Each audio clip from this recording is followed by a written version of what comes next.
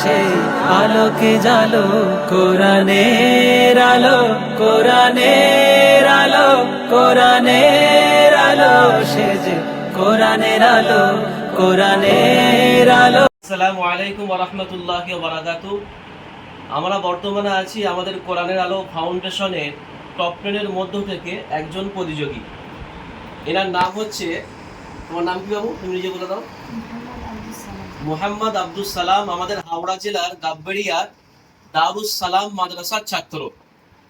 এই আমাদের সামনে যে আব্দুস সালাম আছে, এই ছাত্রটা অল ইন্ডিয়া কোরআনের আলো ফাউন্ডেশন সর্বভারতীয় হিফজুল কোরআন প্রতিযোগিতায় কম বেশি ১,৫০০ ছাত্রকে পিছনে ফেলে রেখে টপ 10 এ নাম এনেছে এই ছাত্রটা। মানে কোয়ার্টার ফাইনাল প্রোগ্রাম কমপ্লিট করার পরে, সেমিফাইনাল প্রোগ্রাম কমপ্লিট করার পরে গ্র্যান্ড ফাইনাল প্রোগ্রাম এই ছাত্ররা টপ 10 এর মধ্যে এসেছে। আলহামদুলিল্লাহ সুম্মা আলহামদুলিল্লাহ। আমাদের হাওড়া জেলার মধ্যে গাববেড়িয়া দারুস সালাম মাদ্রাসার ছাত্র আব্দুস সালাম। আজকে আমরা আমাদের টিম, আমাদের ব্লক জমিয়ত উলামায়ে হিন্দের যে টিম আছে, আমরা আজকে এসেছি এনার বাড়িতে। এনার বাড়ি হচ্ছে হুগলি জেলা। জায়গাটার নাম কি? বাহানা। হুগলি জেলা বাহানা। এনার বাড়িতে এসেছি আজকে আমরা কিছু সামান্য, আমাদের সাথীরা কিছু সামান্য উপহার নিয়ে এসেছি। আজকে আমাদের খুশির বিষয় যে আমাদের ভাইটা টপ 10 এর মধ্যে এসেছে।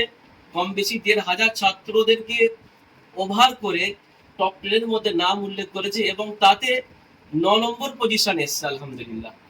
তো সকলেই ভাইয়ের জন্য দোয়া করবেন যে আল্লাহ পাক যেন এনাকে আরো আগে বাড়ায়। আমাদের ছোট কিছু হাদিয়া তোহফা আছে।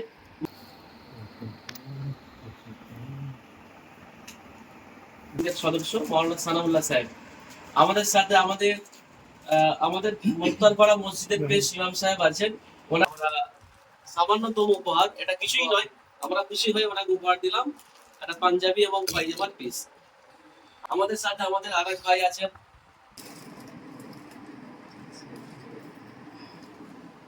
আমাদের সাথে আমাদের মুস্তাকিম সাহেব আছেন।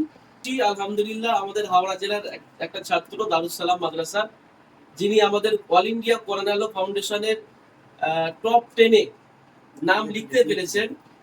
তো এতে আমরা আল্লাহর কাছে আরো দোয়া করব, আল্লাহ পাক আমাদের সকলকে আরো বেশি বেশি মেহনত করার তৌফিক দান করুন এবং এই বাচ্চাকে আরো উঁচু পজিশনে আসার তৌফিক দান করুন। আসসালামু আলাইকুম ওয়া রাহমাতুল্লাহি ওয়া বারাকাতুহু।